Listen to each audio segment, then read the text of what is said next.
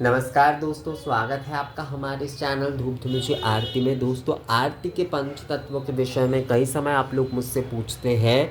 इसके ऊपर पहले तो वैसे बहुत सारे वीडियो मैंने बना कर रखा है, पर क्या होता है, जो लोग नए नए जुड़ते जाते हैं उनके लिए जो है वीडियो बनाना भी बहुत ज़रूरी होता है। तो नए और पुराने दोनों हमारे जो व्यूअर्स हैं उनके हिसाब से ही मैं ये वीडियो बना रहा हूँ। देखिए, पंचतत्व आरती से संबंधित लेकर जो है, मतलब आरती हम जिन उपचार आदि से करते हैं वो पंचतत्व का ही है। तो इन पंचतत्वों को जो है आगम में कई तरह से वर्णित किए गए हैं।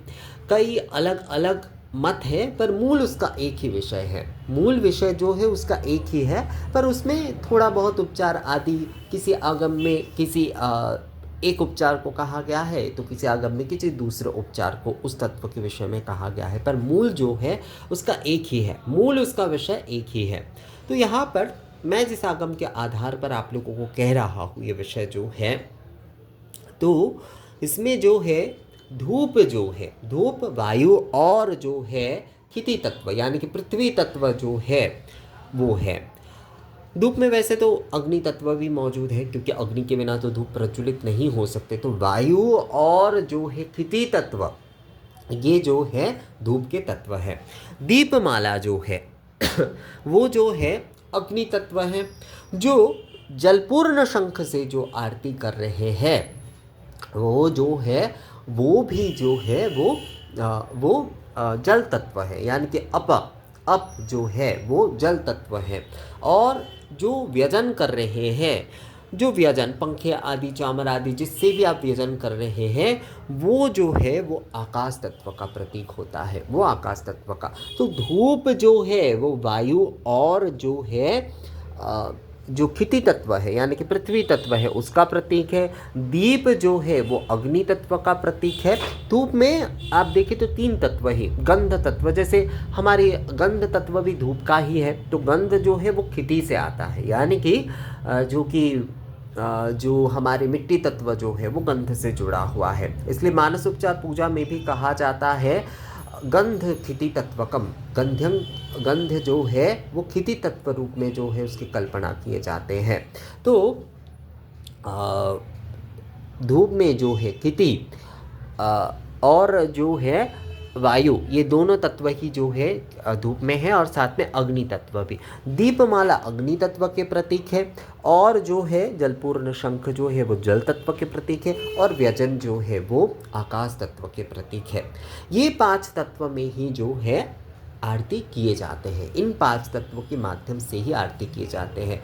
धूप में आप कई समय देखिएगा कि दो धूप से आरती किए जाते हैं, एक को गंध तत्व रूप में, एक को जो है वायु तत्व रूप में। आजकल तो वैसे दो धुनुची धूप कई लोग नहीं जलाते हैं, अगरबत्ती एक कर देते हैं और एक धुनुची कर देते हैं, पर वो दो धुनुची से ही आरती करने का विधान है, क्योंकि एक गंध तत्व रूप में, एक वायु तत्व रूप में, और फिर जो है अग्नि तत्व रूप में दीपमाला जो है वो प्रदान किए जा रहे हैं। जल तत्व रूप में जो है जलपूर्ण शंख से आरती किए जा रहे हैं, और जो है जो मतलब अर्घपात्र से आरती किए जाते हैं जलपूर्ण।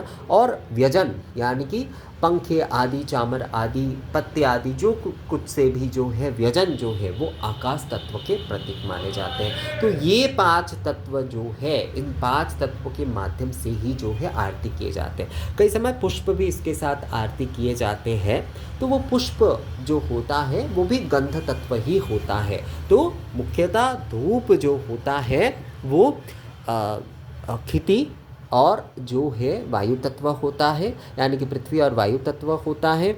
दीप जो है वो अग्नि तत्व है।